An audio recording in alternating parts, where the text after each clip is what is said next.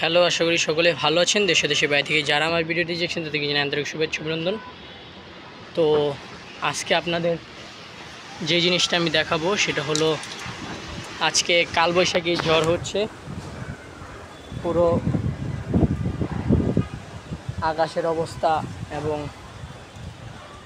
যদি আমি আমার ছাদ বাগানের আশেপাশের গাছগুলোকে দেখাই, পুরা অবস্থা খারাপ। যেই রয়েছে পুরা খারাপ অবস্থা হয়ে গিয়েছে।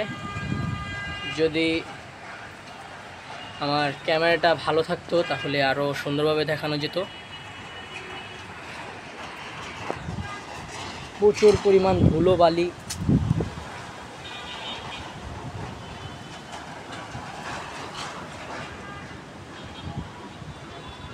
কালকে দেখব কালবৈশাখীর প্রভাব ছাদে কিছু হলেও, হালকা কিছু হলেও দেখা যাবে। কালবৈশাখীর ঝড়ের কিছু অবনতি দেখা যাবে এবং উন্নতিও দেখা যাবে। উন্নতি হলো যেই গাছগুলো রয়েছে এই গাছগুলোর পাতাগুলো গজাতে সাহায্য করবে এই বৃষ্টির পানিটা। আর যেই পরিমাণ বালু, প্রচুর পরিমাণ বালু উঠছে ছাদ বাগানের, পুরা ধুলো বালিতে আপনারা দেখতে পাচ্ছেন, কোনো কিছু ভালোভাবে দেখা যাচ্ছে না।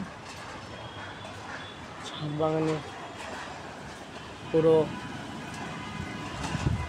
গাছগুলো সবগুলো অবস্থা খুবই খারাপ এবং বৃষ্টি নামবে 10-15 মিনিটের মতনই। যেহেতু বৈশাখ মাসের শেষের দিকে আজকেই হবে কালবৈশাখী ঝড়, যেটাকে বলা হয় ঘূর্ণিঝড়। কালবৈশাখী ঘূর্ণিঝড় কালবৈশাখী ঝড়। এই ঝড়টা হবে। এই জায়গায় একটি নারিকেল গাছ ছিল আগের বছর, ওই সময় নারিকেল গাছটা থাকাকালীন সময়ে দেখা যেত যদি ভালোভাবে, এই যে কীভাবে কালবৈশাখী ঝড়টা কোন দিকে বাতাসটা বয়ে চলছে। বাতাসটা যাচ্ছে সম্ভবত দক্ষিণ দিকে। ছাদ বাগানের সবগুলো গাছ ভাঙার সম্ভাবনা রয়েছে। কিছু কিছু গাছ যেগুলোর ডাল নরম, যেমন এই যে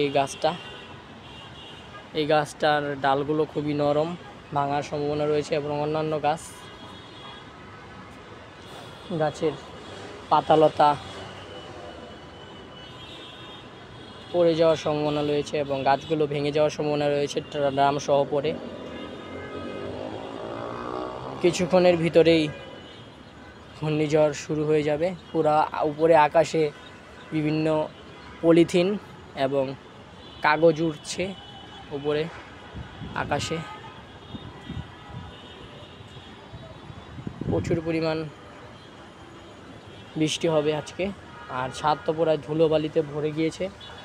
আর পুরো ছাদ বাগানের আশেপাশে যেইগুলো গাছগুলো রয়েছে, সামনে যেহেতু হাতিঝিলের গাছপালাও প্রচুর পরিমাণ নাড়াচাড়া করছে, ভেঙে যাওয়ার সম্ভাবনা রয়েছে।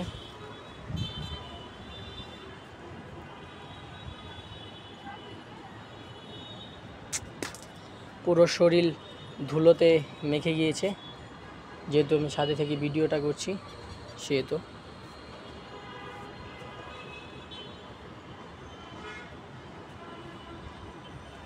কিছুক্ষণের ভিতরেই বৃষ্টি নামবে। তবে এই ছিল ভিডিও। সামনের কোনো ভিডিওতে দেখা হবে নেক্সট কোন বিষয় নিয়ে, নেক্সট কোন টপিক নিয়ে। বাই।